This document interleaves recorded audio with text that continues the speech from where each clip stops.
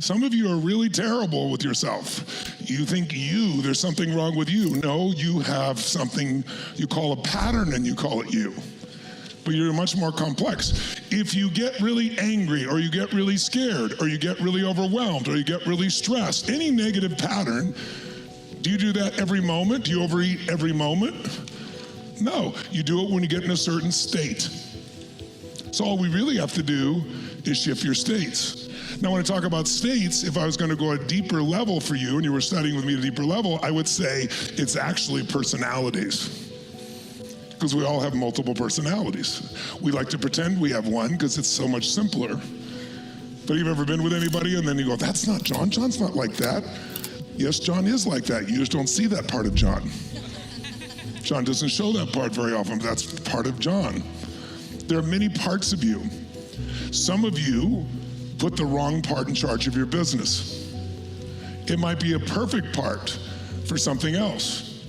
Like, I've got a part that would want to please everybody all the time. I grew up as a pleaser, and that was a wonderful thing in many ways, except it made me constantly focused on what was going on and pleasing other people rather than knowing in my center what was right.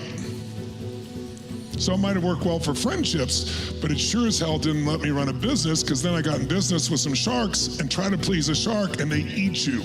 So I had to learn to put a different part of me in charge of the business. You saw the change. That was a shift. That was a shift in who was in charge. So once you put the right person in charge, you won't be there. One pattern, fear.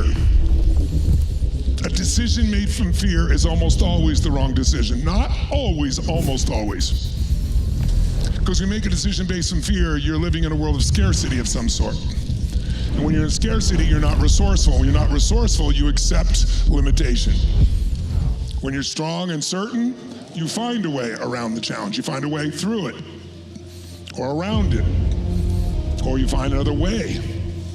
So it's fear that stops us. And fear is what stops everybody from having the quality of their life. It isn't just stopping your business, it stops the quality of relationship.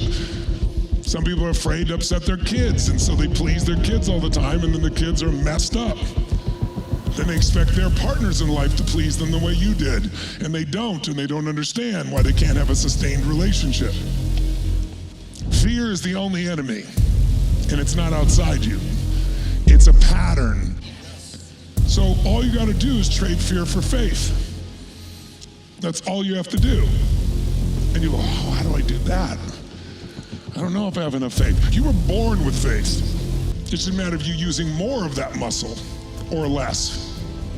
It's already there. I'll prove it to you. How do you drive down a street with nothing but a yellow line dividing you from crazies who fall asleep, who are drunk, or don't pay attention, or are texting and cross those lines? And do people get killed every single day in every city in the world? And there's nothing protecting you but a yellow line. And people die every day as a fact, driving their cars. And yet you still get up and drive your car. Why? Because the alternative is to have no life. But people forgot that during COVID somehow. They let them scare you so much they caused you to live in your own house and never leave and be afraid of another human. Over all kinds of statistics, it didn't turn out to be quite so accurate. Don't ever let that happen to you again. I don't just mean COVID, I mean the policies that make you live in fear. They can't give you fear, they can only offer it to you. They can try and trigger it to you. But if you're a leader, you might be afraid, but you don't let fear stop you. That's courage. That's faith. How do you drive that street knowing every day someone died? Because otherwise you have to stay home and do nothing and go nowhere and be nobody. How do you avoid criticism? Aristotle said, simple, say nothing, do nothing, be nothing, and no one will criticize you. And in social media, people are professional critics who've never done anything in their entire life. Their only way to be significant is try to make someone else feel insignificant. And they have no consequences. You don't know who they are. You can't reach them. They never say that shit to your face. So they hide somewhere behind a keyboard in the dark and do it. And they think they feel significant for a moment, but it's never enough because it's a false drug, because they know they're not significant. But if you let them control you, you've given up your freedom. So the game from here on out is not can you win. The game is, do you put the right part of you in charge? Do you put the courageous part of you? That doesn't mean fearless. There is no one who is fearless. You were fearless, you'd be dead. It means you feel it, but do it anyway because there's something that matters to you more than your fear. Do everything within your power because it's something you value more, perhaps than even your own life. So if you have a mission, the game changes. If it's just to make money, not enough. But the money is how you're able to sustain the mission. It's the lifeblood of your mission. It's how you're able to attract quality people. It's how you're able to have them have a great quality of life and you too. So it must be included in your mission. And that's why we need a plan. That's why it needs to be simple enough that we are certain we can achieve it. But the only thing to mess it up is allowing yourself to go to fear. And when you say it's me, it is never you. It is a pattern. When you think it's you, it's hard to change you. It's easy to change a pattern. So don't ever say it's you again. It's a pattern, or it's a habit I developed, perhaps, but it's only a habit. It's not me. There is a difference. And there is a part of you that is bigger than any fear. There is a part of you that is immutable. There is a part of you that is everlasting. It's beyond the mind. It's beyond the body. You might call it soul. You might call it spirit. You might call it essence. And when that part of you is activated for something you want to serve bigger than you, there's a different level of emotion. And emotion is the fuel that drives all of this. You want to learn to direct and shape those, not let them just be triggered willy-nilly by somebody outside you who earns money to get your attention by scaring you or pissing you off. That's unfortunately the world we're in today. It follows you in your pocket. Anything that can tear something down is more valuable to the news media than anything that'll build something up. They're not bad people. They're not trying to do anything wrong. They're doing their job. They're making their shareholders richer. There's only one way: get you to watch more, listen more, click on, read articles that are worthless with the right headline to hook you. But you must take control back if you want the life you deserve.